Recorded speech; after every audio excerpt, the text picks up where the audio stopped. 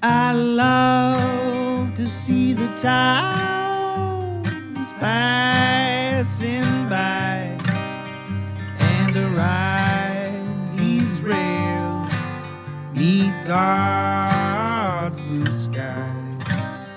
Let me travel this land from the mountains to the sea, 'cause that's the life I believe He meant for me.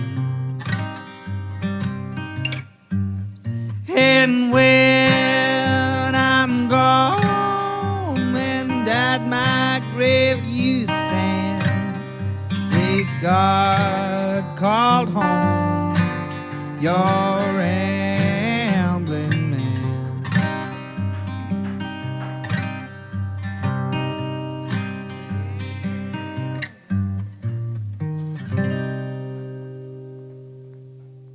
Welcome to Ramblin' Man Podcast, episode number 86. This one's with Kitty Krell, and we talk about cosplay and corsets. She's phenomenal at both and really happy and proud to have her on. Great conversation. If you'd like to learn more about her work, you can find her on the web at crimsonrosecorsetry.com or at ofcorsetsandcosplay.com. If you want to give her a follow on Instagram, you can follow her at Crimson Rose Corsetry on Instagram and Facebook, and then Crimson Rose Masquerade, both on Instagram and Facebook. On Facebook, Kitty Krell Cosplay, and that's Krell. And then on Instagram, it's XJONETSUX. Give her a follow on all those platforms. Check out her websites. Make sure to tell her Ramblin' Man sent you. Sponsor this week is Feral Giant. Feral Giant is a graphic design, illustration, and social media consultation company based here in Knoxville, Tennessee. Though they do work for clients big and small all over the country, all over the globe, in fact. But they also do photography, videography, video editing, and audio editing, website design, SEO, writing, content development. Hell, they'll babysit your kids if it nets them money. So make sure you give them a follow on social media on either Instagram, Twitter, Facebook, or LinkedIn at Feral Giant. And be sure to give them an email today and hire them for your next project. Without much further ado, here's the episode. There's no good beginning there for a while. The beginning was talking about Game of Thrones. And that was how every episode started, was people talking to me about Game of Thrones, which I've still not seen 1 minute of. So I think you're okay without seeing it. If it had, God, this is going to be great. Another episode starting with Game of Thrones. I hadn't had one of those in a while, but I think if it hadn't ended so poorly, maybe I would be more gung-ho to watch it. So I did cosplay from it. It was actually for a friend's filming project. That's cool. I threw together a Melisandre costume, and I wound up really enjoying wearing it. But I don't love the series. They use too many devices that I disagree with. Okay. Storytelling devices. Okay. Particularly sexual assault, which, I specifically don't need to see that. Yeah. A lot of other people don't need to see that. Not in that genre, but one of the creators, Benioff, he wrote a book that Spike Lee turned into a movie called 25th Hour. And that's something I rewatch at least once or twice a year. Like it's the first film made in New York after 9/11. Huh. And I've never even heard of that. It's got Edward Norton, Philip Seymour Hoffman, Barry Pepper. Okay. I'm trying to think of some of but it's about a guy got caught, Rosario Dawson. It's about a guy who got caught dealing drugs and is going to prison, and this is his last 24 hours. Okay. But it addresses 9/11 in the movie and talks about that. And it's Edward Norton, Philip Seymour Hoffman, you can't, that's a trifecta of awesome. So yeah, I can't go wrong there. no. So that's Benioff who did Game of Thrones. So when he did Game of Thrones, it was like the 25th hour got the drug smuggling movie guy. Okay. Like that's a weird left turn. Oh. Yeah. Yeah. Are you originally like born and raised there in Colorado? Mostly. I was born in California, but I've been here since I was 8. Wow. So mostly from here. Okay. Hi, beautiful. it's the show, isn't it? I think this it's the second cat that has appeared on the podcast. I think both of them jumped right back.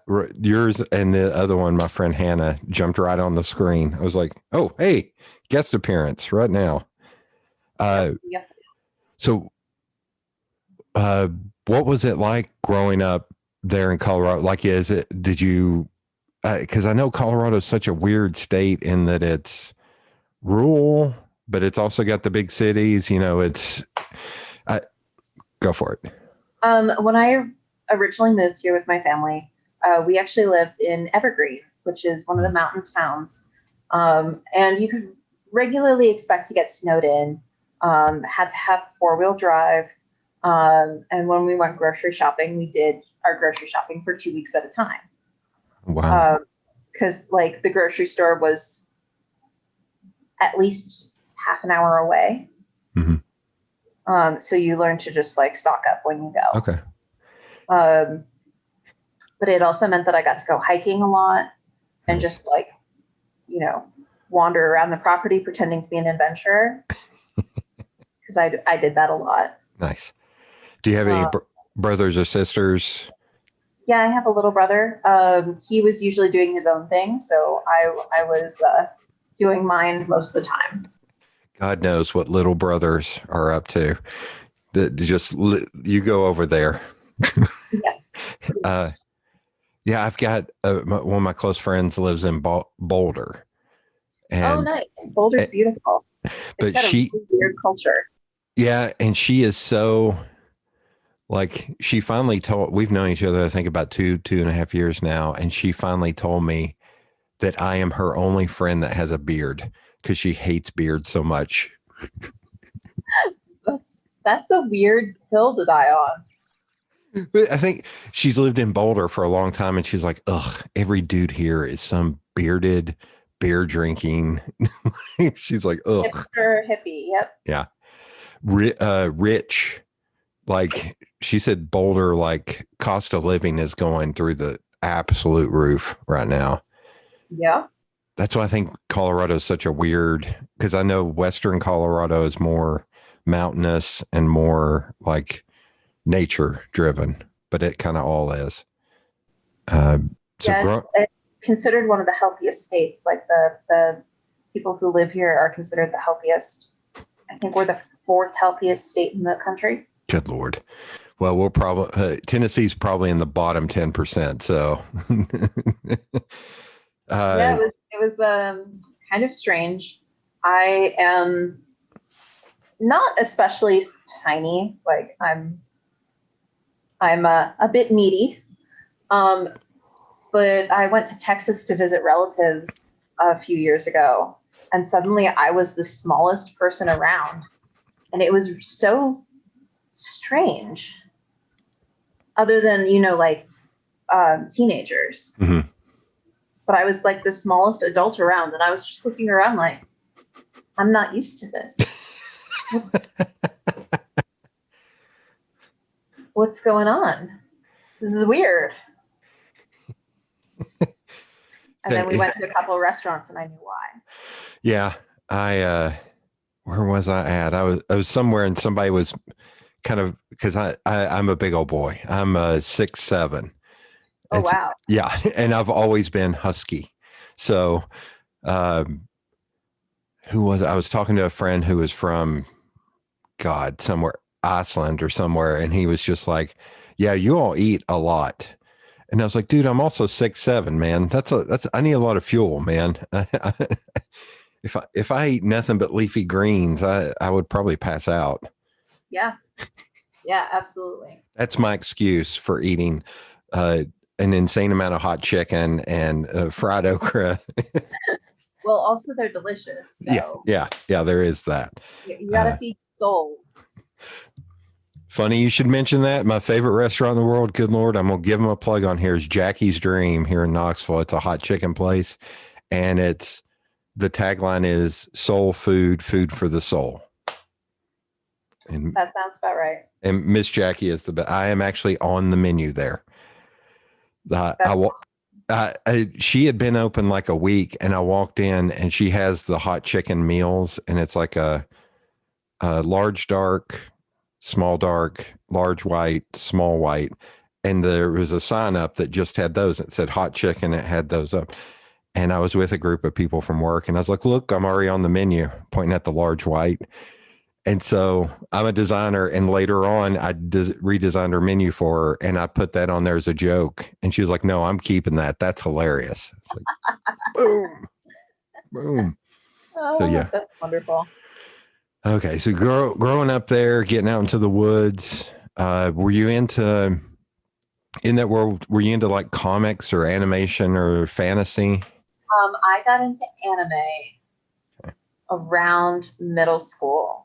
I've always been a kind of a nerdy kid, but my family wasn't nerdy, so I didn't have a outlet for it. I just read like every book in the library until I met a friend who was into anime, and I got introduced and totally fell in love. That's what got me into cosplay, actually. Okay. My mom used to make all of my Halloween costumes, and I would just draw them out. And we would go pick out fabric, and she would like drape it and pin it on my body and then sew it until it looked like the picture. Wow. And I would, I'd watch her do it and make suggestions along the way. And it was Chobits specifically. I don't know if you've read or seen Chobits. But there are so many beautiful costumes in that. This was before the anime came out. Yeah, I'm that kind of nerd. So it was the manga. Okay. And her outfit changes like every chapter. And they're all beautiful. So I was reading it, and every couple chapters I'd be like, "Mom, will you make me this one? Mom, will you make me this one? Mom, will you make me this one?" And finally she was like, "No, do it yourself." There you go. What was it called? Chobits? Yes. I'm gonna look it up. Bits. I'll look it up afterwards. My own little notes here at the bottom. Homework. So you made those, and she started making them for Halloween. Then did you start making them like outside of Halloween just for fun? Yeah. Around that time I got introduced to my first anime convention. Okay. And I started, my mom made my first couple of costumes. One of them was Zealous from Slayers. Not Zelos, but Zealous. And it was really, really fun. It was like, the clouds parting and the angelic music playing. It finally felt like I had found somewhere that I actually fit in. Okay. And after that, I couldn't get enough. And did you stay kind of in that anime lane, or did then that fracture off to like, oh, what about this? What about this? That sort of turned into everything. Yeah. Yeah. Comics, book characters sometimes. Still, I haven't done any anime for a while, but some like art book stuff, video games. I've done like some Final Fantasy stuff, and yeah, all kinds of fun things. Basically anything that speaks to me. Okay. I just did Lady Dimitrescu from the new Resident Evil trailer. Oh, yeah, okay. Which was way too much fun. I saw the trailer, but didn't know characters. I have not played video games in so long that here's where I'm gonna sound old. 4 buttons on the Super Nintendo was about the apex that I could do. I got a PlayStation and a PlayStation 2, and I'm trying to do, I don't know how to, this is just leapfrogged over me. I'm out. I can't do this. It takes a little bit of time, like training the muscle memory. Yeah. But it is worth it once you get to there. You just have to be willing to die a lot. Yeah. I'm trying to think of the last thing I played. I'm going to sound like the biggest damn dumbass bro dude on that, but I played NCAA football on my PS2, and I think that's the only thing I played. I think I've got 4 games, and I think 2 of them are still in the damn wrapper. And it's like, no, NCAA football is easy. I just get on there and I can play for an hour, and I'm done. I can move on to something else. But the Final Fantasy series is amazing, and 10 will play on a PS2. And it's turn-based, so it's not so. Mm-hmm. Not so overly complicated. Yeah. And it's not so reflex driven.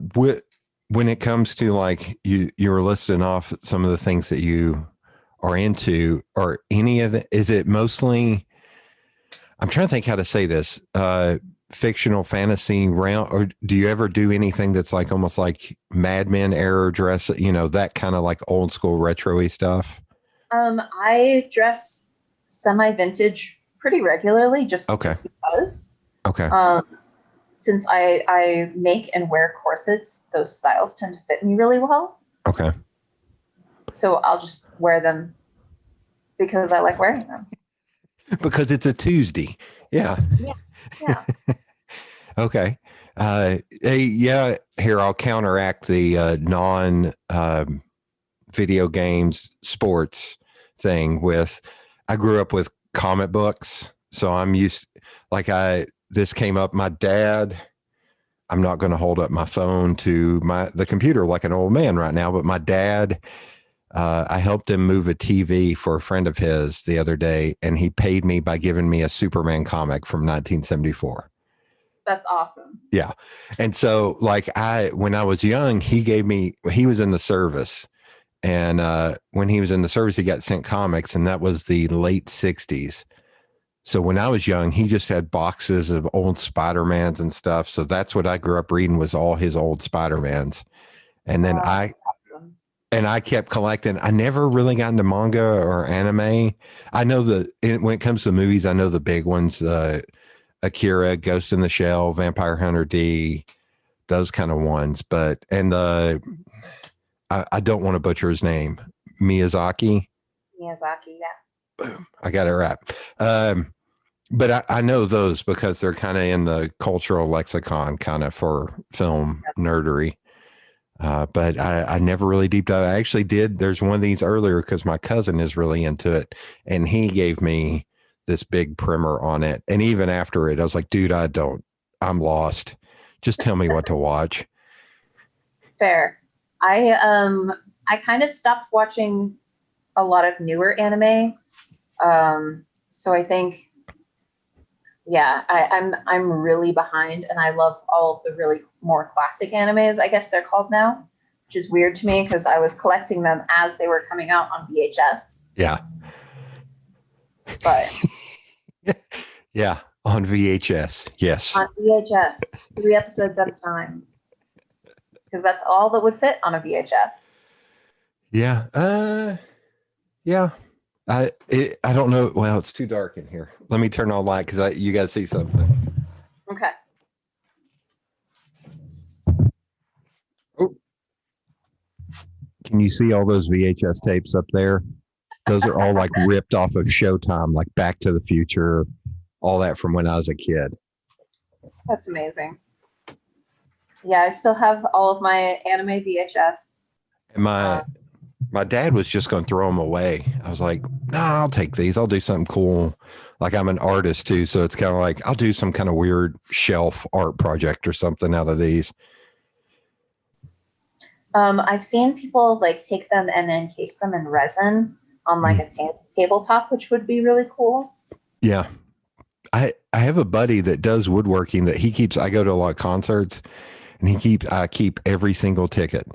And he keeps saying, man, why don't you give me all your tickets and I'll lay them out on the table and put resin over them. I was like, I don't, then they're gone. Like I was like, I'd rather keep them. Like, but he and I were talking, another dude broy douchey thing. I smoke cigars. Although since you know Jason, you know, he helped facilitate that habit. Okay. I was into it a little bit and then I started hanging out with him and I was like, oh, this went from one cigar every 3 months to now 3 cigars in one night. But I thought about taking like the little wrappers, the little labels, and do that on a coffee table. I thought that'd be really cool. Yeah, all the different colors, maybe use only one color scheme. Okay, so you're growing up, you're into anime, you found the conventions. Is the convention scene there in Denver, or did you or in Colorado, or did you have to travel for that?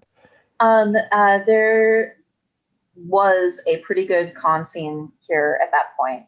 Not the huge cons, like not on the level of like Anime Expo or anything, but really like nice size, intimate feeling. Just really felt like there was definitely a sense of family at the cons. Yeah, I've been to Wizard World in Chicago, and then we have a pretty big size one here that I've been to a few times. The one in Wizard World in Chicago, it was before it became kind of so celebrity driven. Oh, uh-huh. So it was just all the comic book creators. I've been to Heroes Con in Charlotte for comic books, but both of those were really like, you know, just comics. You're coming for comics and comic creators. Like you're meeting those people. And it was a little bit more, I thought, familial then. But the ones now, it's so like celebrity driven, like the one here, that they're all, you know, on the edges. And those lines are insane. And then you go around the middle and it's like you'll see past 2 people in an aisle. Yeah. But yeah, so at those conventions, do you also start collecting some more of those things, stuff you couldn't maybe normally get in the States?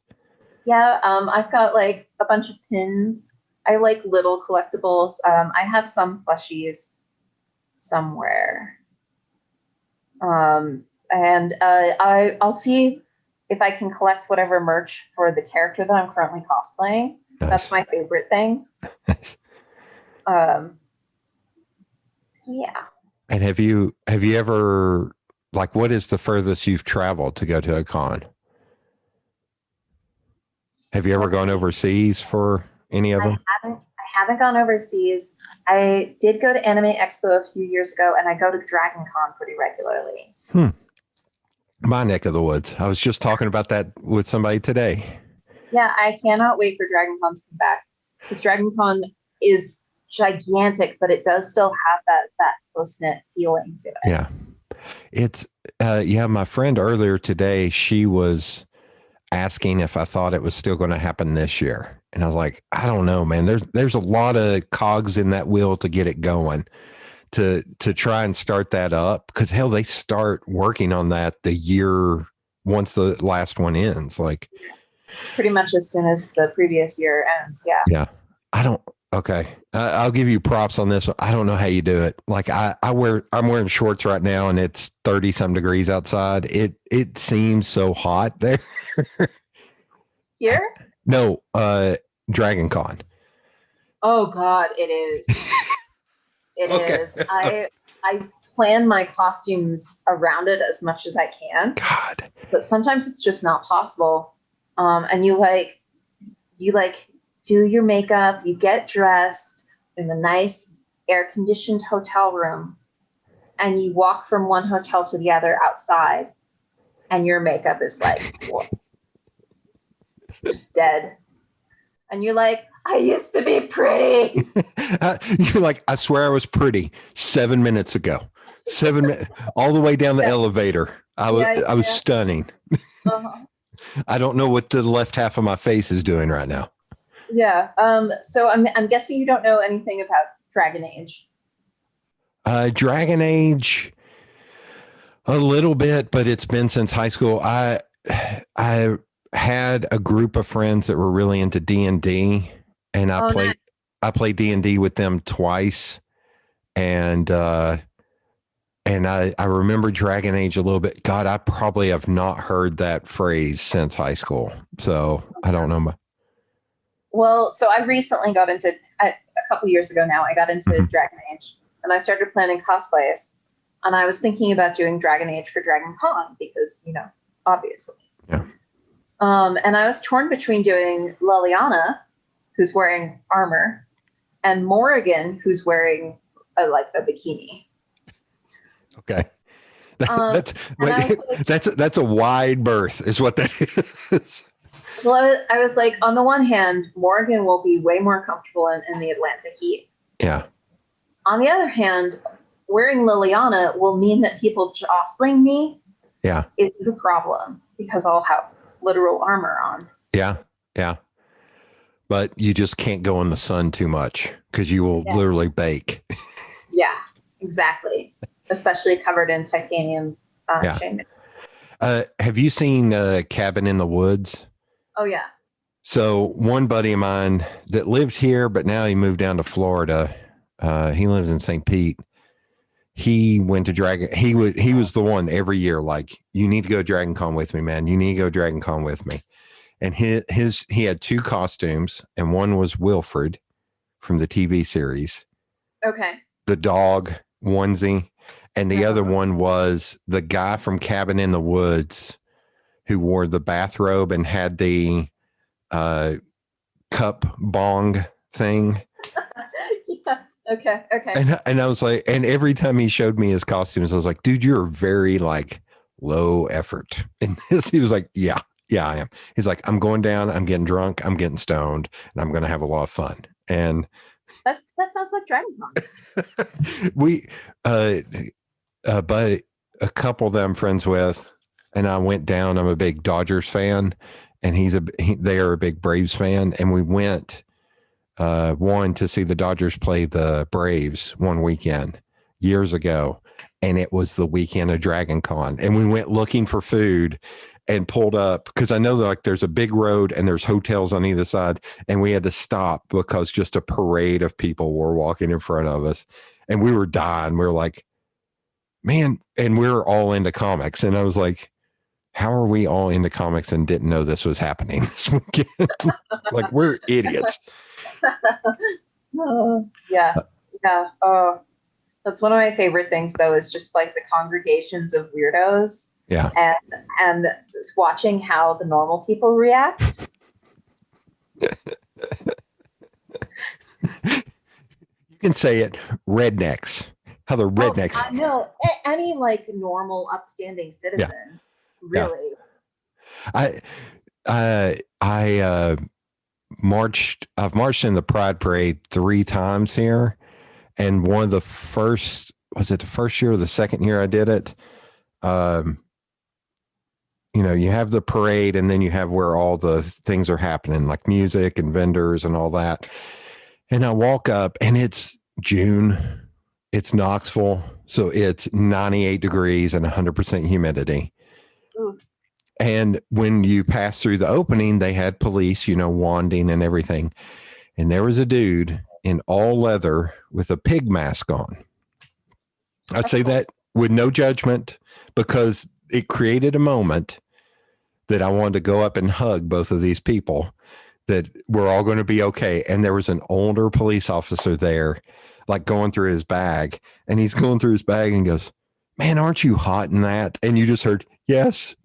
And then you went, you're a braver man than I am, and just kept going. I was like, we're going to survive. This is the most amazing thing. It was just that interaction. I was like, this is amazing.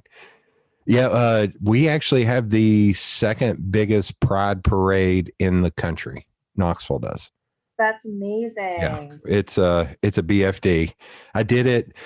I did a list of things 40 before 40 things I wanted to accomplish before I turned 40. And one of them was marching the Pride Parade. And then the last 2 years I've marched with Big Brothers, Big Sisters, our local chapter. Because I'm a big, and I help them out with a lot of marketing and artwork. And I went and took photos. And God love him, my dad, I'm walking along this last time and I look over and there he is. And he walks out into the road and shakes my hand. And I was like, holy shit, this is like a BFD. It's like, this is great. That's wonderful. Yeah. Yeah. And, so I understand what you mean about the normies interacting with the cosplayers. Okay. Yeah. If this is a gross question or over the line, please let me know. But all I imagine is corsets push stuff in. Do you have to like halfway through the day just go like at a place like Dragon Con? Do you like, I need relief? I need. No, I Really? actually wear corsets 23 hours a day. Wow. Okay. Yeah. So it's I have a joint condition that makes my joints really unstable. And I had an injury a couple years ago that impacted my ribs, and they never quite healed the same. Ugh. So I can dislocate my ribs very easily. Oh, nope. And the corsets hold them in place. You almost got me pulling out my earbuds going, nope. I'm sorry. No, I playing sports and everything. I have bruised and cracked ribs before, and it's the absolute worst. It is. I can't imagine. Yeah, I very often have at least one rib like sublux, which means that it's like slipped just a tiny bit out of place, and it makes it a little painful to breathe. So pretty much anything I can do to help that, I do. Mm-hmm. So I do like physical therapy for it. The corsets help are the most immediate relief. I see a chiropractor pretty regularly, and I get massage work done to like help keep everything functioning properly. Right. Have the doctors ever like done a case study or anything on you on how that could help other people? There are actually a lot of people with the same joint disorder. Oh, really? That's one of my specialties with my corset business is medical corsetry. Oh, hell. Okay. Yeah. Never even thought about that aspect of it. People who have scoliosis, who have bad back pain, sometimes it can help with rib pinch nerves. And hi, 6'7". Yes, I know about back pain. yeah.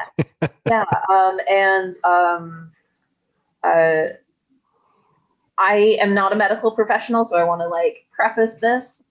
But I believe it can also help with degenerative discs.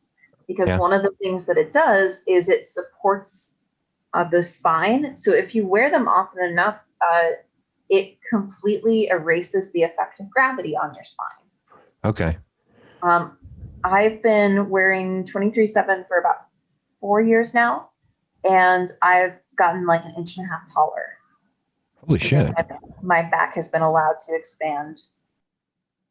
That makes sense because as you get older, it just kind of, hell, I'll be 6'5" or something at some point. Yeah. Yeah. There's a guy I know that does a lot of running, and he got a slip disc from running, and he does the inversion table like twice a day, 4 or 5 days a week to help with that problem. Yeah. And he said the same thing about the height thing, because I think he's only like 5'4", and he was like, I can tell like an inch in difference in height just because of that. Yeah. That's crazy. So it helps protect. It can also, some people with scoliosis have noticed that it has helped reverse their scoliosis, which is amazing. Because it just takes the pressure off and then suggests it back into place. Huh. Okay. And it's the body. It lets it heal itself naturally. Yeah. Did that take a while to build up to wearing corsets that often? I've never really had an issue with that. Mm-hmm. I actually started wearing corsets when I was 15 for a job at the Renaissance Festival. Okay, there you go. Yeah. So I would be wearing them, 8 hours a day. Yeah. On weekends during the summer, and then a few other times a year for special occasions. And when I had my rib injury, my doctor at the time was like, "You make corsets, right?" wear one 24/7 until this heals and take a ton of ibuprofen. And I was like, okay. So I basically went from barely wearing a corset at that point to 24/7, literally overnight. But it was such a massive pain relief that there was no issue there. Is it? Okay, could be another dumb question. You can wear corsets underneath, so you don't like, do people ask questions like in public or anything, or? Sometimes. Sometimes. I do wear them underneath my clothes because people ask less questions that way. I would show you, but there's a cat in my lap. Oh, that's okay. I was going to show you that. Oh, that's metal. No, that's not metal. This is just a belt, but I'm wearing one underneath. Oh, okay. Yeah. I am at the point now where like I was pretty naturally curvy shaped before starting waist training. And the waist training has changed the shape of my natural body a little bit. So I no longer never look like I'm not wearing a corset. You're like, that's amazing. Like, damn. It's like, no, it's a corset for 10 years. So yeah. Or 15 years. Yeah. Yeah. I was going to say, so I made these. Very nice. And, over the course of, I think 5 years at this point, I've given out over 400 of those. That's how often people ask me about that. So I completely understand. That's what I'm saying. I actually have a friend who's 6'8" and a friend who's 6'9". My brothers. That's my brothers right there. Yeah, it's a weird thing growing up. I'm sure anybody listening is going to get tired of hearing me saying this, but especially growing up in the South, I joke that 45% of dudes are terrified of me. 45% of dudes want to fight me to prove they're a man, and 10% don't give a shit. And those are my friends. I've heard similar things. I've almost gotten into a lot of fights just being me.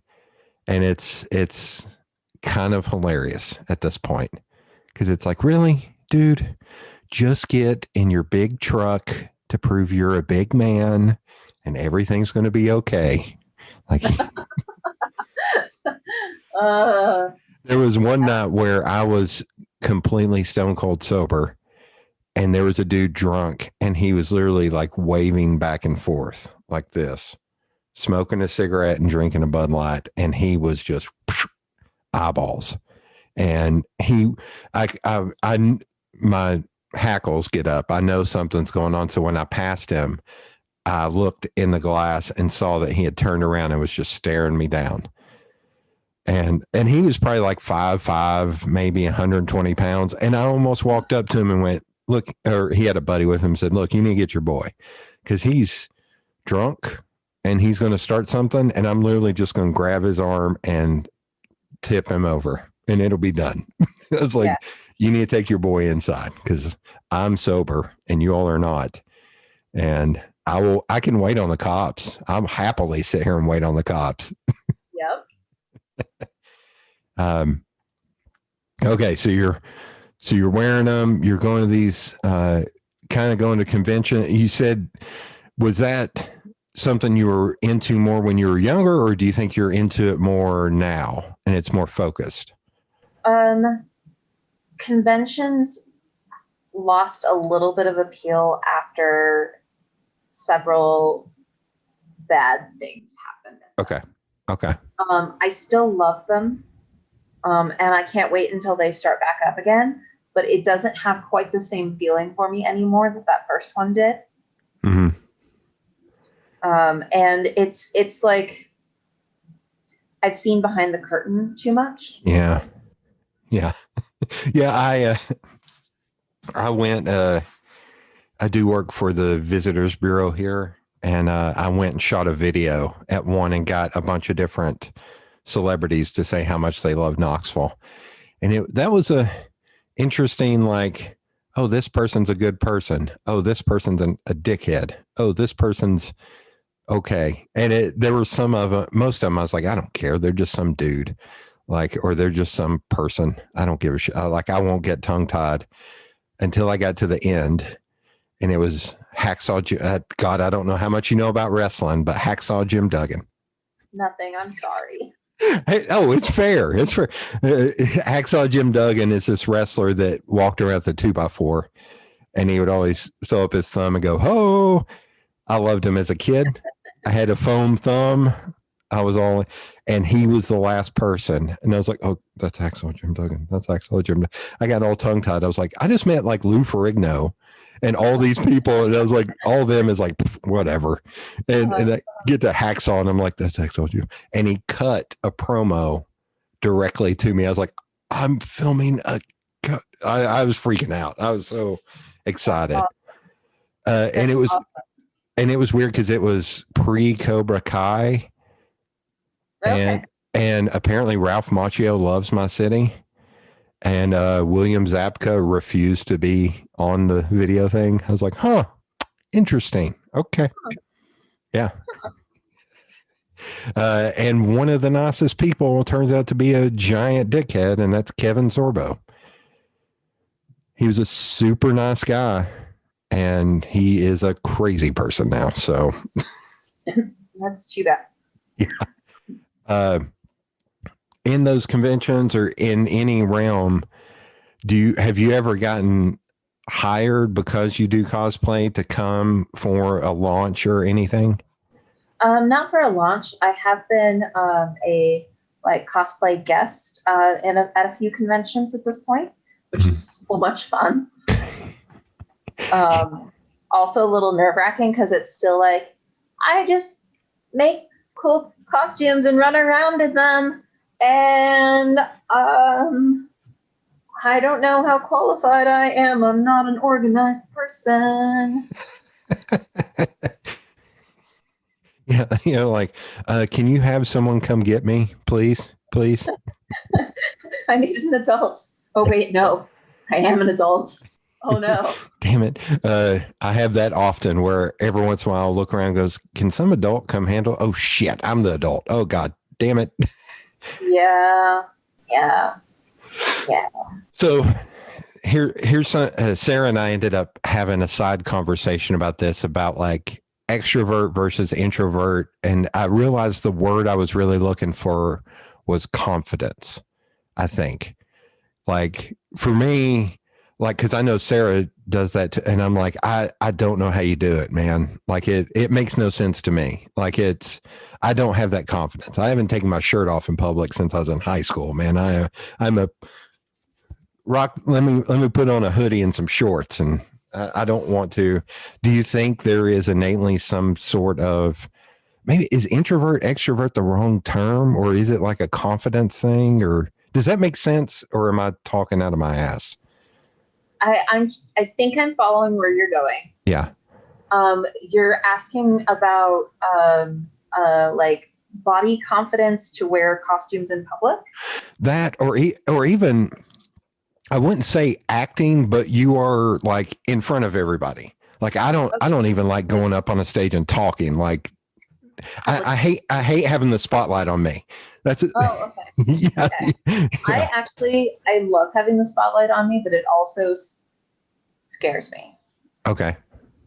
And I wanted to be an actress when I was little. Like I've always been comfortable in front of people. And going back to the introvert extrovert thing, I'm not actually an extrovert, but I'm not quite an introvert either. I consider myself an ambivert. I need both. Okay. I need human interaction. And I also need some time alone to just doom scroll. So I got you, because I've got friends that call me an extrovert because I can talk to anybody and I can just, go to an event and make my way around. But one of them, she's like, well, you need, you're an extrovert. I was like, no, because after that, I then go home and watch stupid shit on the TV for 3 hours to bring myself down. Like, no, I always call it, I need some no people time is what I need. Yeah. I usually just call it alone time or like wind down time, but you definitely have that little bit of like drop after too much social interaction. Yeah. There's the couple that I went and hung out with for the Super Bowl. Like, we've watched the Super Bowl every year for 23 years. I think this was the 20th. And he canceled. Well, I don't think anybody listening to this is anybody who got canceled on. He canceled the party, but he was like, if you still want to come down so we can keep the streak alive, come on down, man. And so I went down, and he got a little drunk, and about an hour in, he was like, I kind of like this because I don't have to be on the whole time. Yes, exactly. And he was like, this is kind of nice that it's just the three of us BSing and enjoying ourselves. And we don't have to, everybody shut up when a commercial's on or, doing this. We can just kind of float and do whatever the hell we want to do. Yeah. And it was. There are some interactions that take social spoons and some interactions that don't. No spoons friends are the best. That's a good way to put it. That needs to be on a t-shirt or corset and be on I don't know. It kind of make it go around to where they have to read and keep following it. Totally. This is another question I came up with, which is being a corset, again, potentially dumb question, is being a corset maker a focused version of being a seamstress, or are they completely different disciplines? So yes. Okay. Thank God it's not a dumb question. That's all I'm happy about.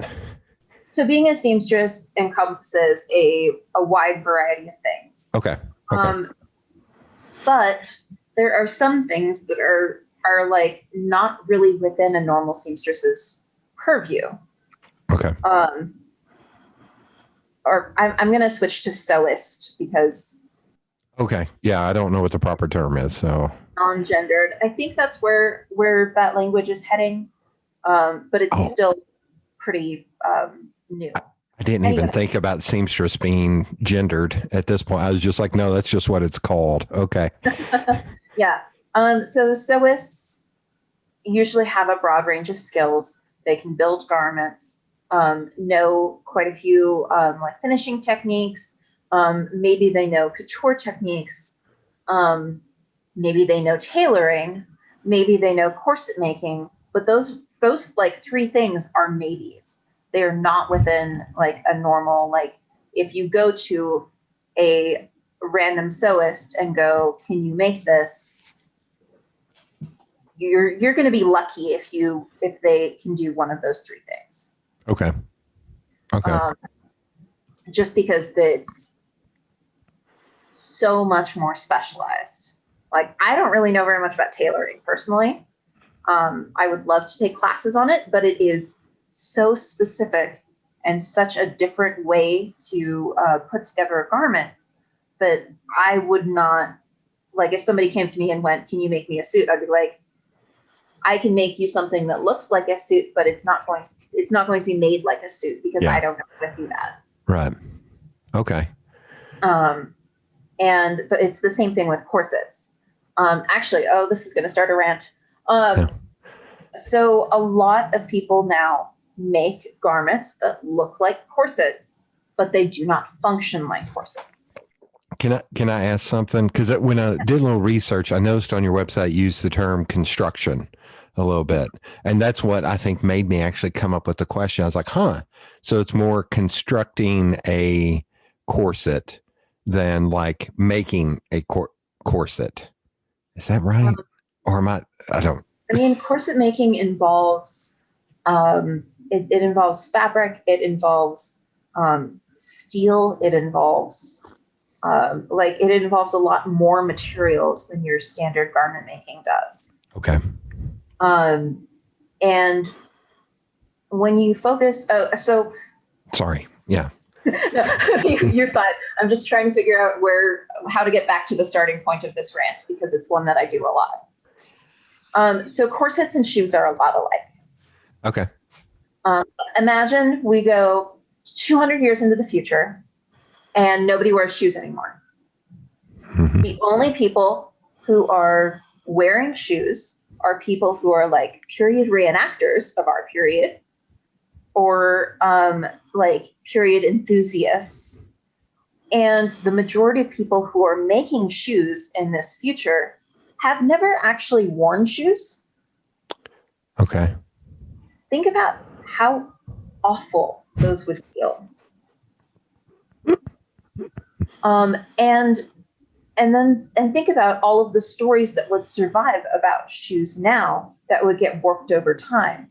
Think about the stories of brand new shoes blistering people, of high heels causing like back pain and heel deformity and ligament problems and all kinds of things.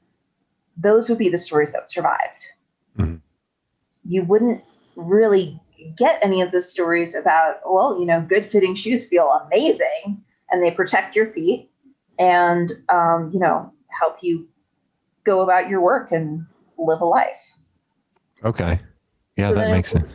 If we take that and apply that to corsets, we go back 200 years.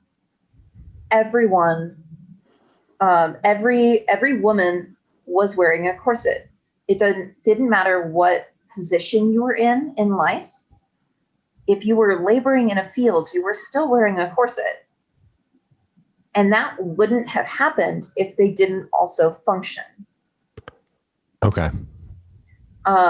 So corset's primary goal was a support garment, much like shoes. They were there to hold boobs in place so that they aren't swinging around and causing issues. Yeah. And to support the weight of all of the other garments that went on top of it. Because if you think about all the layers of like Victorian clothing, if you put those on bare skin, you're going to wind up in agony. Yeah. But putting it on top of a corset distributes the weight evenly. It gives everything a nice smooth line. It keeps, just everything looking smooth and nice. And acts as a bra. Like it supports, actually they're way better than bras because they support the tissue from underneath. Yeah, as opposed to the causing shoulder or back issues. Exactly. Okay.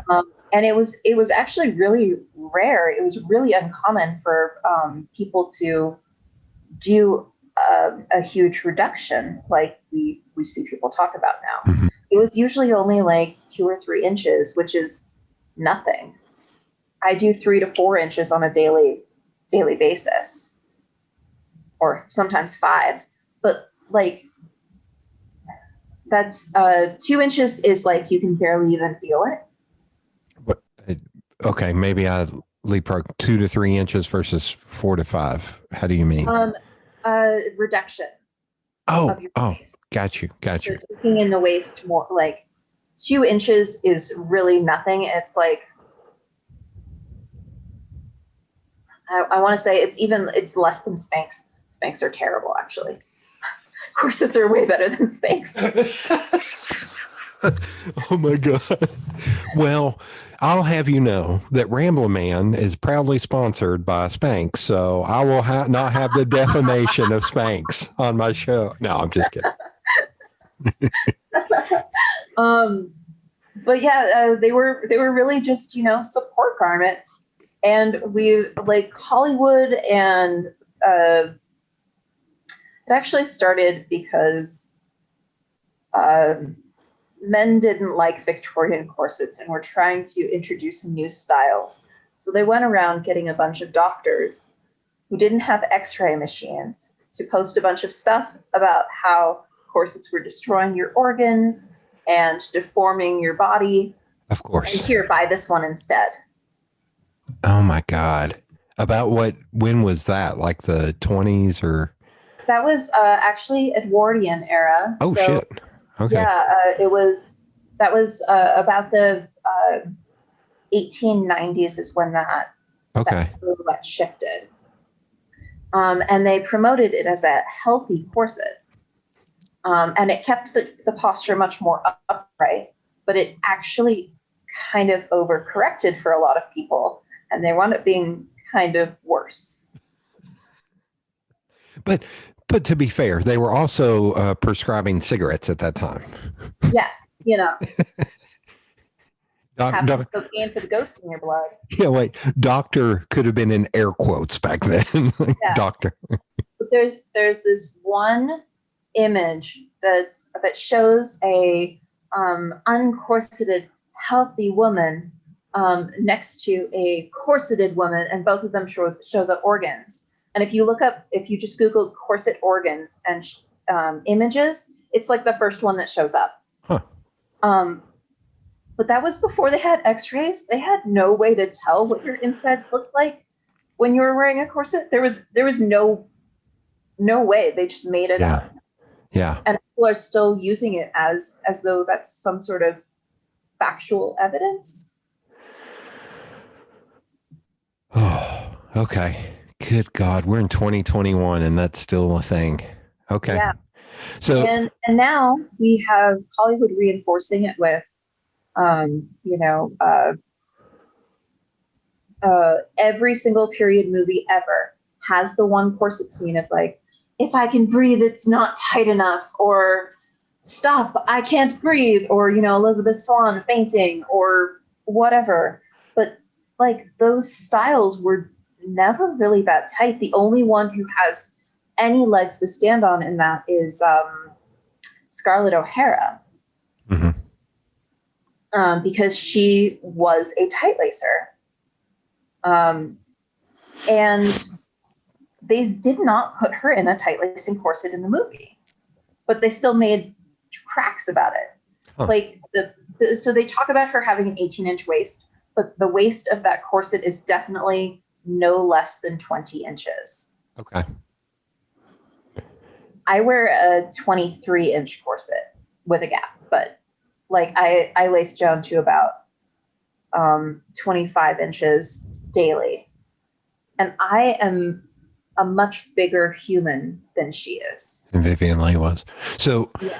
when you were talking about the reduction, so normally outside of a corset, you're a 30 and it Yeah. what's it constricts down to 20. Constrict seems like a negative term, but it restricts down to reduces. Sorry. Hell, I just said it and I couldn't pull it again. So it reduces down to 25. Okay. That makes sense. Okay. And that didn't even go where I thought it was going. So are there people now that make corsets? For anybody listening, I'm doing air quotes. This is an audio podcast. I don't know why I wouldn't just say that they're not real corsets. They're just meant to look Most them. on the market are. Really? I mean, Corset Story is designed by people who don't wear corsets. Pretty much anything you get off of Amazon is going to be that way. Okay. The majority of brands that you can find are going to be fashion corsets that are not function corsets. Okay. And that's kind of like, is it that same way in the movie too? Yes. Some of the movies do actually hire professional corset makers to make the corsets. Okay. Bridgerton did really good on this. They hired Mr. Pearl, who is the best corset maker in the world. Oh, okay. But then they, still included that scene of it's too tight and she can't breathe. I have not watched that yet. It's on my list.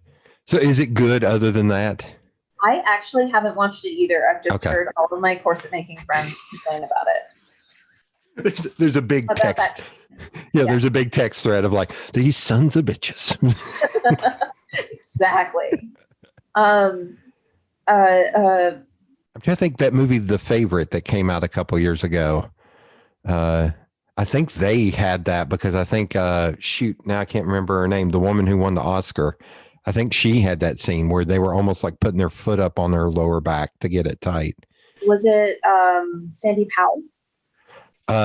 Who designed the corsets? No, Okay. I don't know who the designer. The movie The Favorite, it won a few Oscars. I don't I don't remember anymore. It had shoot, why am I blanking? Rachel Weisz, Olivia Colman, and shoot, from La La Land. Why can't I not remember her name? Emma Stone? Yes. And it's the director is Yorgos Lanthimos, who I think he's the dude who did The Lobster and a bunch of these weird films. But yeah, he did this one called The Favorite that won a bunch of Oscars. Yes, I remember it. Okay. Yeah. And yeah, even in the movies where they do have professional corset makers, they're still including that scene. Yeah. There's also the issue of the actors being immediately tight laced into a corset who have zero experience wearing corsets. Right. And there's no time in the costume fitting deadlines. This is actually from a friend who does movie costumes. There's no time in the fitting process to properly fit a corset for each person. So they wind up in corsets that don't fit as well as they should. And then they lace them in immediately as tight as possible. And then these actors and actresses who have never had experience with corsets before will go and be like, I almost died. I couldn't breathe. I had to only drink broth. That's it. So you nailed it. It was Sandy Powell. I looked it up. Yeah. Okay. She does beautiful work. Yeah, everything in that film was gorgeous. Like, yeah, and it was a hell of a film. Like, it was funny as hell and just utterly ruthless. But I never thought about that every film does have that scene where it's like the queen having her two assistants, putting their foot up on her lower back to pull her tighter and tighter. That's not true. And in that era, the like Marie Antoinette or Renaissance, the very ice cream cone shaped bodice that they wear during those time periods, those were never tight laced. Like those you kind of can't. They all have a gentle reduction, and they're. I guess you can tight lace in them if you really wanted to, if you really try, but I can't imagine very many people did. They really are just like hug the body and give the garment structure. Okay.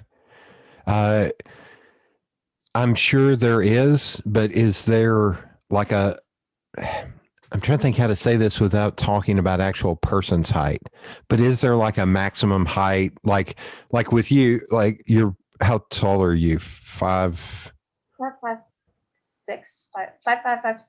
So 5'5", 5'6". So in knowing that you're working with somebody who's 5'6", do you have like a maximum of like, I can only make it X height? And is there a smallest? Like, is there a range? Yes. Okay.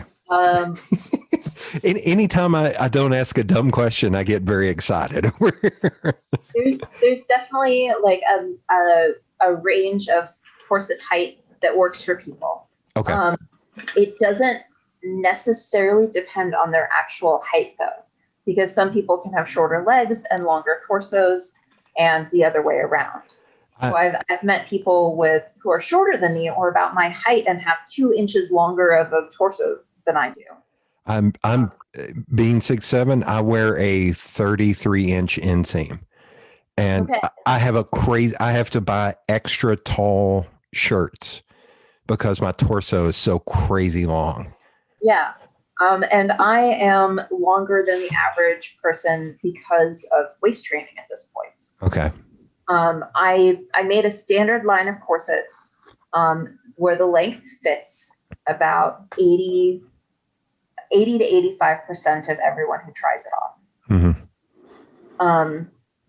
One thing that also impacts the corset height is the actual size of the person. Because if you have more stomach, then the corset needs to be a little bit longer to account for that. Okay. Have you in doing this professionally, have you, I don't want to say convinced or talked people into wearing corsets more often than they normally would? Probably. You're a pusher. You're a pusher. Come on. I try not to, but I do hate how much misinformation is out there. So I try and educate, and a lot of times the education comes with people being like, "Oh, I'll give this a shot." Yeah. Which is not necessarily my goal, but I don't mind. I may have to make a note. I have because I do marketing and stuff for a living. I have once we stop hitting record, I have further questions that don't want to give away.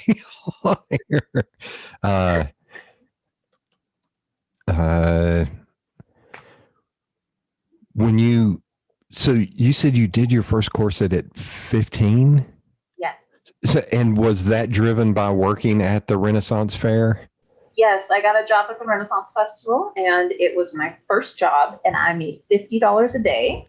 Nice. And I could not afford any of the corsets that were at the Renaissance Festival to be able to work there because they started at about $80.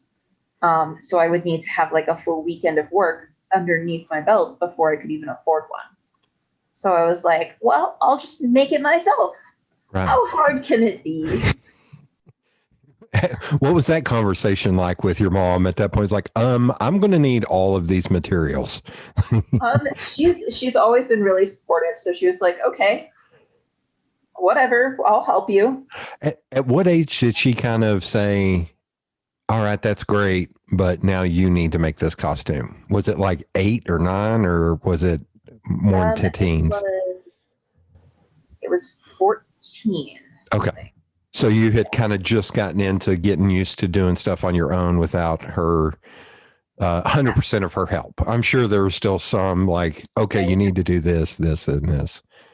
Yeah, I would sometimes go to her and be like, how do I do this? And okay. She would show me how, if it was something that, we hadn't done before on a costume. Was there any point where you thought maybe I need to go in a different direction, or was it just the minute you found corsets, you found your thing and you're like, this is it, man, I'm moving forward on it? I was not really sure what sort of market there was for corsets for a long time. I played around with doing cosplay commissions, which was a terrible idea. I did prom dresses while I was in high school for some of my classmates. And I've done some special occasion, and I do bridal still now.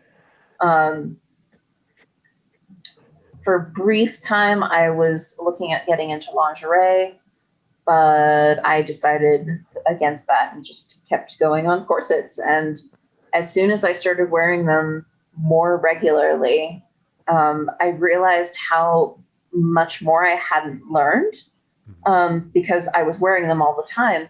So things that you notice at like the 20-hour point of wearing a corset, it would have taken me, several months to hit. I was now hitting in like 2 days. Okay. So I was able to refine my process a lot faster.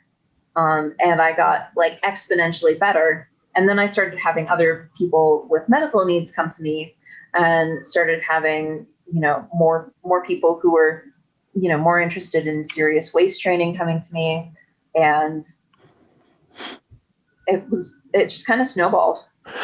And so you're doing this. Did you go off to like a fashion institute or some kind of technical school to kind of learn more? I went to technical school when I was about 20. Okay. I hit a point where I realized, being self-taught, that I had holes in my knowledge, but I didn't know what they were. So I couldn't go research them because I didn't know what I didn't know. Right.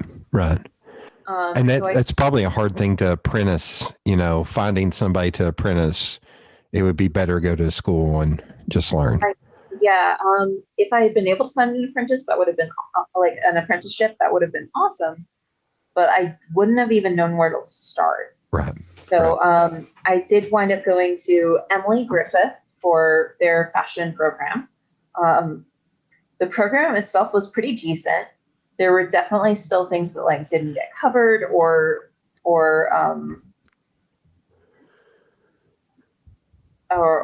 little things like that. But I got what I needed to out of the courses and learned a lot and built confidence on some of the other things that like, I thought that there was a better way to do this. Oh, no, this is actually really good. I was going to say, did it freak out your instructors when you walked in and you just laid down all your work and you're like, look, here's where I'm at. Tell me where I'm screwing up. I wound up actually sort of being the teacher's assistant in almost every one of my classes. That's awesome. Because even when it was new material, I picked it up so quickly because I had such a strong background that I was like, oh, okay, 5 minutes in, I got this. Who needs help? Right. Yeah. So my high school, I love telling kids. I end up going back and talking to kids a lot now at my old high school or different schools about design. And I love seeing their faces on this. When I started in high school, it was a vocational school. So they had like woodworking, upholstery, electrical, auto mechanics, drafting, photography, TV and radio, and the print shop was one of the things. So I actually started in the print shop when I was 13 and was teaching the class to freshmen my senior year. So same thing. I went to college and I would get done with my project in like 30 minutes. And then I would just go around helping. I went to a community college. So a lot of the people in my class were like 40-year-old men and women. And I would teach them, I was like, here's how you open a document. But I chose that because there were only 2 computers in the entire school. And they were both the old school Apple, all in one things with a floppy drive, a 2C. And that's what I was like, the future is going to be computers. I said that in 1992. and the kids now are like, we have computers in our pockets. What are you talking about? Old man. And I was like, listen here, kids, damn it. When I went up here, but it was wild going through college and having to do, not having to, but that's what I spent a lot of my time was helping others in the school. Yeah. Yeah. Well, and I always found that it helped solidify the knowledge that I got. Right. Teach it to somebody else, because you never learn something quite as well as when you have to teach it to somebody else. Yep. So you get out of school. Did you look at going somewhere to work? Did you work somewhere else, or did you immediately start working for yourself? I have sort of bounced all over. Okay. I was a server for a long time. When I got finished with school, I actually got a phone call from an old friend who does these absolutely incredible hand sculpted leather masks. And cool. she had a little shop down in our antique district here. And she was like, hey, I'm expanding and I could use a seamstress. Do you want to come work for me? And I was like, yes, absolutely, sold. And then a couple years later, I worked for her for a couple years. She wound up moving her studio into her garage to save money. And I wound up managing the store for her for another year or two. And then after that, she was like, hey, so we're never at the store anymore. Do you want to buy it from me? Oh, nice. So that's how I got my store. And it's in Denver proper? Yeah. How long has that store been there? It's been there in some form for over 10 years now. I wonder if I passed it. I've only been to Denver once, and it was in like 2010, 2011.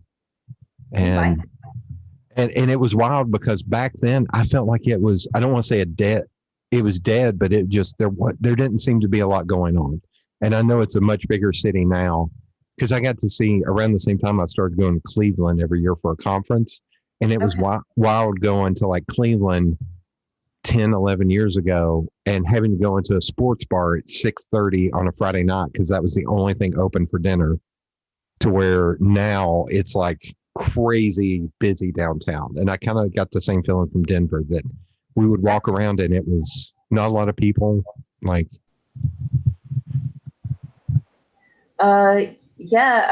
it's definitely busy now. yeah. I'm just trying to remember back, and I think that I've seen the change so gradually that I can't separate it. Yeah.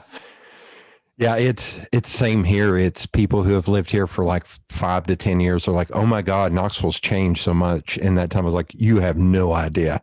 Because I remember when I was a kid, and it is not even apples and oranges. It's apples and Ford Pintos. Like, it's two separate things, man. It's completely different. So you were able to buy the store from her, or buy the location from her. Yep. Was I that still carry her work too?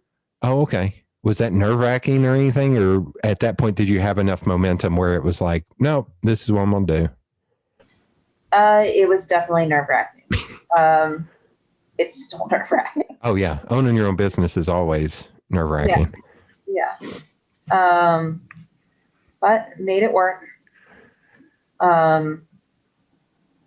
Yeah. Did you ever watch The West Wing? No, I didn't. Okay. There was one episode, and of course now it's 2021. The what the dude said is horribly outdated. I like the sentiment behind it, because it's something about what it. God, this is going in. This is very problematic.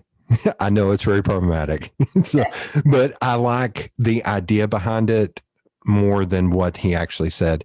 And it's these two guys from the White House meet a guy at a bar, and he's talking, and they're near Notre Dame, and he had brought his daughter there to see the college campus. And he was sitting there just drinking a beer, and they start talking to him, and he was like, and he goes on this big long speech about how, he works full time, and it's getting harder as he gets older to get, advances in pay to cover everything. And he's got a daughter that's about to go off to college, and a son who's in middle school. And he's like, they're in public school because that's all I can afford. And, the public schools aren't great. There's 40 kids to a classroom. And I am butchering this speech, but he's going through it all. And he was talking about, like, his wife is also a teacher, and that helps supplement the income, but it's still not enough. And he's like, but my daughter wants to go to Notre Dame, and here's the problem part. It's a man's job. It's a human. How about we go with a human's job to provide and, help your daughter go to college. Like, that's it. And he was talking about, he was like, it's hard. And he's like, yeah, but it should be hard. He's like, that makes it so much better. And I think about that a lot, because I run my own business. I'm like, no, this shouldn't be easy. If it was easy, I don't want to say it would be boring, but it wouldn't be as sweet if it wasn't a little bit hard. I mean, I'd like it to be a little easier. Oh, so that's how the speech ends. He was like, but if it was just a little bit easier, like, that's how the speech ends. I was like, yes, but I like that sentiment of, like, I see people in my industry that don't have to work for stuff. And I was like, oh, y'all are kind of worthless. Like, if the rubber actually hit the road on y'all would be screwed. I was like, but because I've had to deal with adversity, I know how to deal with those things. And sometimes that's why I get hired for jobs. It's because I know how to deal with stuff without freaking out. So yes, yeah. It could be a little easier. Yeah. So how has COVID affected what you do? Oh God. Well, I actually probably got COVID. Oh, really? In March of last year, and I nearly died. Oh God. Well, I don't know exactly how close I came, but there was an ambulance had to be called for me because I couldn't keep my oxygen levels over 70. They're supposed to be over 90. Holy crap. Okay. Yeah.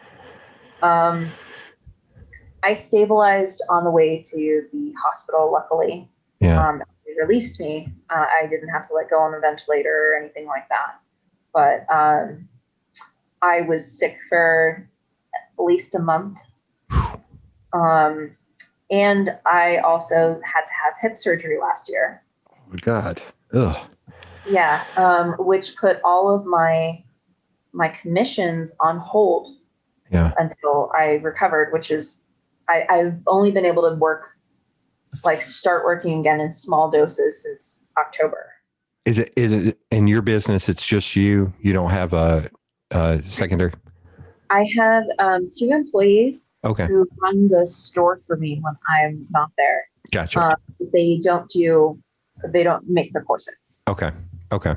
They'll help me with some stuff like cutting things out and putting bones in corsets and grommets, like things that are kind of difficult for me, but not technically difficult, just physically difficult. Yeah. And they're awesome. Like they helped keep us afloat through the year. Yeah. But it was a really rough year. My surgery got pushed out a couple months because of COVID, because it was considered, a non-essential surgery. Okay. Even though I could barely walk. Thanks, guys. Yeah. Yeah. So we closed for quite a while because we closed about a week before the order came that we had to, because I was like, I am high risk, so I'm not going in. Right. You guys, I want you to judge exactly how safe it is, and as soon as you don't feel safe, I want you to close. Yeah, because wasn't Denver and Colorado one of the first hot spots for everything? After Seattle, yeah. Yeah, because so Jason and Sarah, I remember they went and visited her dad that had surgery, and then when they came back, they think they had it. They never formally got tested, and Jason has told me, he was like, that's maybe the worst I've ever felt in a long time. He was like, It was awful. And they were down for at least 2 weeks, if not longer. Yeah. And it was rough. So I was going to say, how's it going there? Are they still tightening? Because hell, now we're on round 2 of all this. We are supposed to only have 2 customers in the store at a time. We try and do that as much as possible, but sometimes groups come in from households, so it's a little difficult.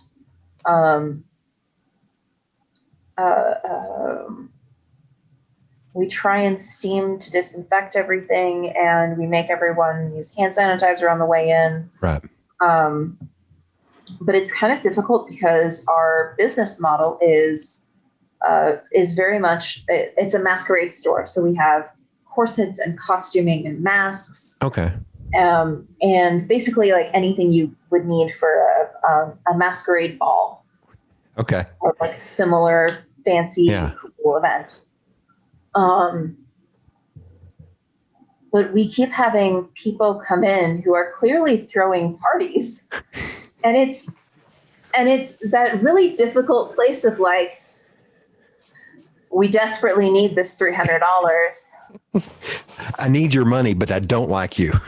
But I really don't want to sell you this because I know that you're going to do something that's not safe. Yeah, don't tag me on IG for this because I don't want to be a part of this. Yeah, exactly. So it's difficult because if you ask, they'll be like, oh yes, of course we're using precautions.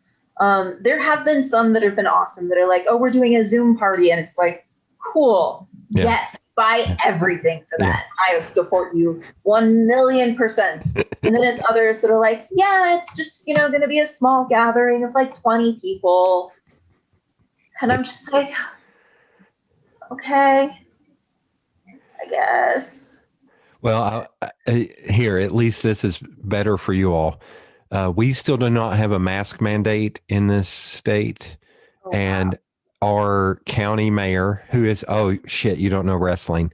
There's a wrestler by the name of Kane, who was the Undertaker's brother, air quotes. He is our county mayor. He is our county mayor. So Wow. he and the sheriff, even though the county health department has said, we need to do restrictions, we need to do all this, the sheriff and he has said, no, we shouldn't. And the sheriff has said, we will not enforce anything. We will not fine or write tickets to anybody. Wow. Which there's part of me is like, okay, cool. Then you're not doing your job. Then you can just go away. You need to be fired because you're not doing your job. So at least y'all have it better than us when it comes. That's why we're number one. Us in Southern California are number one of the worst places for COVID. Wow. Yeah. That's rough. I have a lot of friends who are in healthcare, and it's been getting busier again in the hospitals, but we're still under capacity, luckily. Wow. Okay, we're gonna shift to more positive. Oh yeah.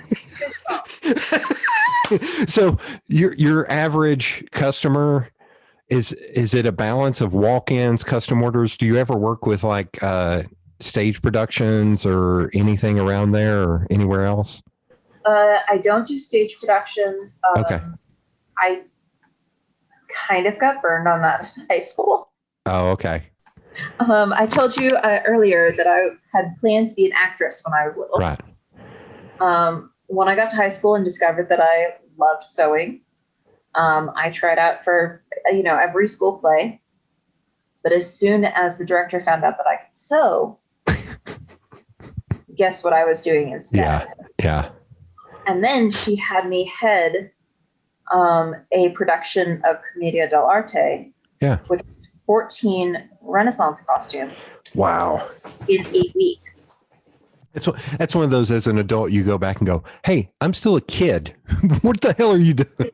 With a crew of people who didn't know how to sew, like literally didn't know how to use a sewing machine. Oh my God. And it was awful. Oh my God. I know a couple of costumers. Red Threaded comes to mind. She's actually near Boulder here, who works with theaters a lot, but it's just not something that I'm really interested in at this point. And there's not enough budget there. Okay. So you work with people who come in to the store, and you have a client base that people find you through the website, through social media and all that? Yeah. I'm actually really active in the Corset community on Facebook. Okay. So a lot of my clientele comes from there. Do some like higher level cosplayers come to you to get costumes made or corsets made for their? Yes, but I don't do costume commissions anymore. Oh, okay. Okay. So it's mainly just people who find you wanting a corset, medical referrals. Medical referrals, people who are interested in waist training and have seen my stuff about that. People who want bridal, like unusual bridal gowns. And sometimes people who just like my like overall aesthetic, because I do a lot of the opposite of minimalism, maximalism. That needs to be on a business card. I focus on maximalism. Mm-hmm. Yep. Do you feel like for now in the foreseeable future, is cosplay versus corsets kind of a balance? Do you go from one to the, do they work hand in hand, or is like cosplay, you doing cosplay more of like a relief valve for you, of a non-work fun relief thing? Exactly. Cosplay is my blow off steam. I don't really monetize my cosplay. Like it's something that I really do for me. Okay. And corsetry I also do for me. Right. For my, my personal work and some art projects. But it's like, I don't consider cosplay a career, and corsetry is. Do you have a lot of photographers come to you to do shoots around either or? Yes, actually. Okay. I've worked with quite a few photographers doing cosplay and corsetry and whatever else. Yeah. And and maybe this too, is it a paid gig? Like, is it like I am a model and you need to pay me correctly? Or is it more of like, I'm doing this because I love doing it and maybe this will push me to do X? It depends on who I'm working with. Okay. Okay. So the like general rule of thumb in the industry is if a photographer approaches you and wants to shoot, then they should be willing to pay you. Right. If you approach a photographer wanting to do a shoot, you should pay them. Yes. And then I have also quite a few friends who are photographers and will just trade. Oh, yeah. Yeah. Is boudoir photography a big thing there? Oh, yeah. Do people hit you up, like people wanting to do shoots? Not the photographers, but the actual people in the shoots. Oh, I have not like done wardrobe for boudoir shoots before. Okay. I'm friends with a ton of photographers here, and majority of them are female photographers, and boudoir is such a huge part of their business. Mm-hmm. And it's fun. A lot of boudoir photographers wind up putting together like a wardrobe for clients to go through. And I haven't helped with anything like that. There's throughout the or probably midsummer, there's a group of we're all kind of small business owners, and we get together every Wednesday, and there's only 5 or 6 of us, and we smoke cigars and have a drink, and we all sit 10 feet apart or something and just talk. And one of the guys, like 3 months in, was like, he just started shaking, and he was like, I just want to thank you guys for inviting me to this, because I literally get up, have breakfast with my wife, go and work, come home, eat, go to sleep, and do that. And that's all I've been doing for 3 months.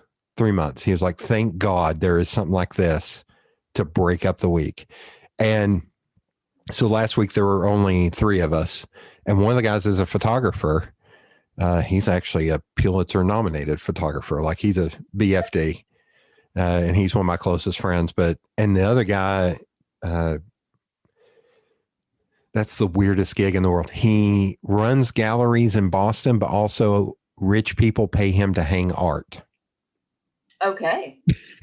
I'm like, how the hell did you con people into paying you a ton of money to do that? But we're talking about that. And I mentioned boudoir photography, and that guy had never heard of that. And I was like, oh, and I just started rattling off names. I was like, oh, Hannah does it. Jasmine does it. Like, Sarai does, and just started. And even the photographer base, Sean, he was like, oh man, I didn't know that was such a big thing. I was like, yeah, it's huge. Yeah. I've actually started doing my own photography recently, and quite a bit of boudoir. Awesome. Yeah. It's, yeah. You're used to being in front of the camera. Now you're like, damn it, I want to be behind the camera and taking the issue. In your shop, do you have space to kind of have like a studio to where you can do that, or? No, I recently moved into a new house. Okay. And I'm finishing up the basement now, and one of the rooms in the basement will be a photography studio. Although that sentence alone makes me laugh a little bit, because my old roommate's a photographer, and she moved into a new house, and it had this big giant garage that was like built in the 40s behind it. And she was like, yeah, I'm probably going to set that up as a studio. I was like, that looks like a murder garage. What are you talking about?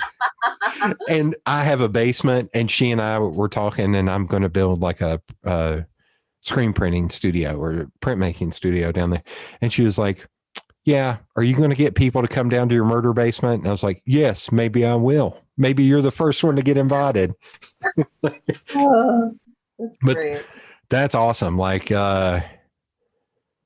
Yeah, I was going to say, if I can connect you with any photographers I know for any tips or anything, but God, you've got to know tons. So I kind of do. I have a few people that I've been able to go to ask for advice on things.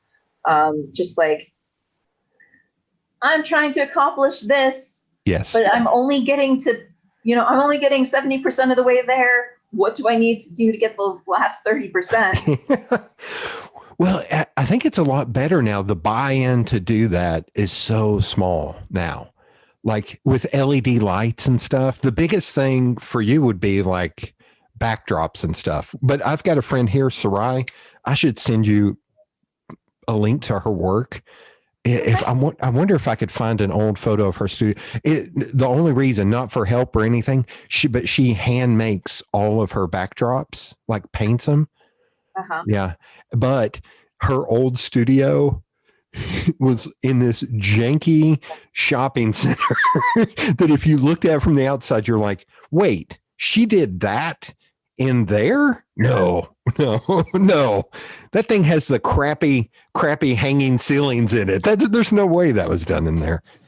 But yeah, the biggest thing now with photography, like cameras, shit, you can get cameras cheap, but the lighting and the backdrops, especially for studio photography, is a pain in the ass. Like, I've been shooting with gel lights, and I got a ring light. I'm doing self photography, so I'm not. Oh, okay. Yeah. I'm not necessarily like trying to work with other people right now because pandemic. Yeah. But I will say the guy friend of mine, Sean, that does it. Him and his wife own a building called the Central Collective. That it's co-op that she makes fried pies for a living, and he does photography. So half of it's a commercial kitchen, half of it's his photo studio. And they rent out the space in the non-COVID times and have events and stuff. But he developed this, he's constantly trying to woodwork and stuff, but he developed this thing for the backdrops that was really cool. I think he just found online. Like if you look up in the ceiling where the beams are, it's just rods built in with like 6 different backdrops that he can just like do the pull tie, roll down, shoot. Yeah, like a fly system. Yeah, I was like, this is genius. Like, and I don't see a lot of people do that. They have the wire system where they actually have to move. And I was like, no, this is what everybody should do. It's like, it's so simple. And you can just pull down the rod and change out the backdrop like it's a roll of paper. If only I had a ceiling space for it. Yeah. You'll get there. No.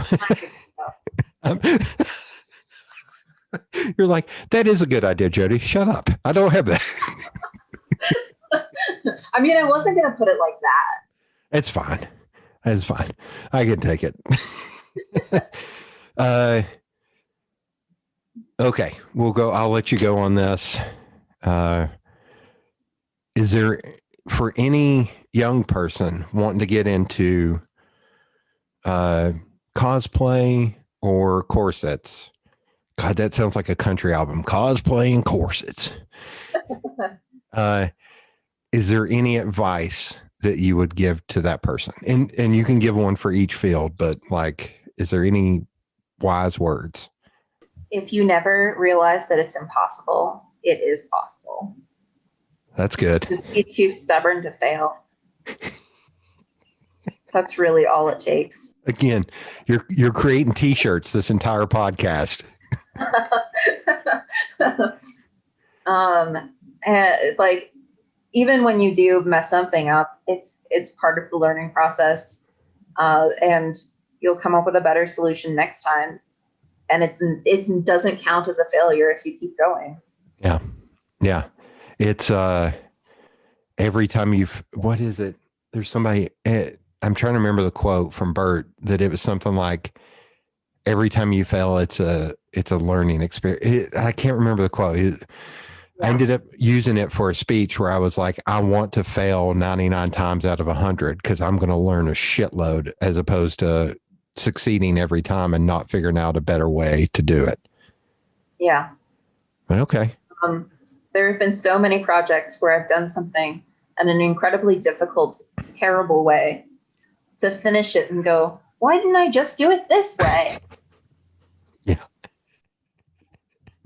But then you know. Oh, I can't tell you. Yeah, I can't tell you how many design projects or something where I work on a brand, and I learned years ago It's like once you hit a point, just stop, hit save, and go to bed. And then look at it again in the morning. Yes. And I can't tell you how many times I looked at it in the morning. I was like, I'm an idiot. Why didn't I do this? And I fix it in 5 minutes. Like that if I had stayed up, I would have been just toiling away for hours, never getting there. Yeah. I actually do a little bit of painting, and it's the same thing. Yeah. You get to a point where like something feels off. You keep fidgeting and fidgeting and fidgeting, and finally you just have to put it away and look at it again in the morning with fresh eyes. Yep. And then it's usually an easy fix. Yep. All right. Well, thank you for doing this. Yeah, thank you.